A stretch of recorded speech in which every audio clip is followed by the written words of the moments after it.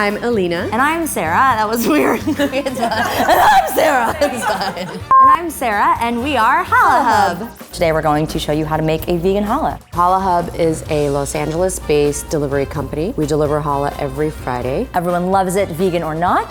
What is challah? Whew.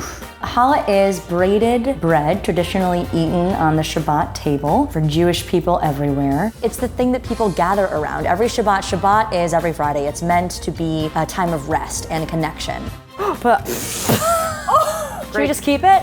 Guys, baking is real. This is real. This is what happens in life. After we had already started Challah Hub about 6 months in, maybe less than that, I decided to go vegan. There wasn't any vegan challah options out there, and there's a lot of vegans out there. And Elina amazingly was like, okay, if we can find a delicious vegan challah recipe. So we tested and came up with a really amazing vegan recipe that we're super proud of. The thing that's interesting is it's a religious bread, right? It's associated with Judaism. But a lot of our followers on Instagram and a lot of our customers are not Jewish, and they don't have to be. If the thing at the center of your Shabbat table is our bread, then we just think that's the coolest thing ever. Really, like Elina and I's friendship has not existed without challah. The first time we met, it was when I was at a brunch showing pictures of challah that I had baked, and Elina was like, I'll buy you brunch if we bake challah together. And I was like, deal, I love a free brunch. I've been doing so much research and looking up so many videos on YouTube. I never baked challah before I met Sarah. For me, it was kind of like a catch-up when it comes to braiding. Yeah, the student has surpassed the teacher. I cannot do a 6-strand nearly as nice as she can. Sarah has the patience to create amazing sculptures with challah. I have no patience for it. The joke is that I do all of that stuff, and then Elina makes sure everything actually gets done. The business stays a business. So there's a lot of crossover with what we both do, but when it comes down to it, the stuff that I really don't want to do, she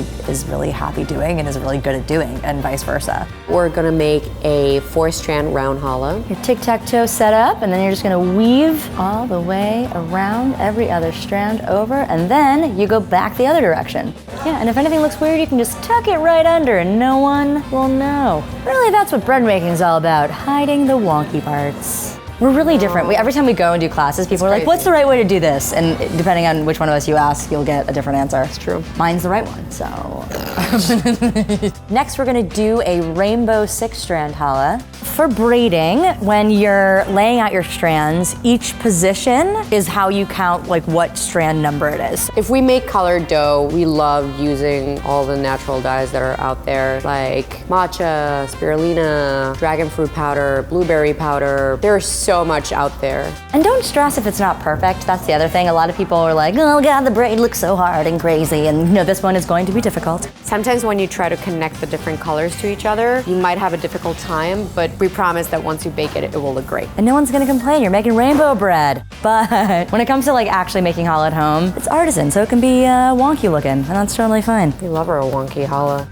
To me, challah means family and friends, specifically on a Friday night. And then for sure, French toast. I think that's like the best. Don't wrap your challah if it's hot. No one wants that. It's gonna get all soggy. Take your challah out of the oven, put it on a cooling rack, let it chill out. And then once it's cool, then you can cut into it, rip into it. We always have the fight, rip or cut. And you cut it, you cut the challah. No, you rip it. That's disgusting. You can't share it. If you're going around and getting tasty, about? It's fine. It's like animals getting in the challah. I can't enjoy challah when I cut it. Really? No. I think you're lying. Ta-da! Oh my God, it's so fluffy. So good. Can I just see it for a second? Sure. Wait, what? Oh, yes.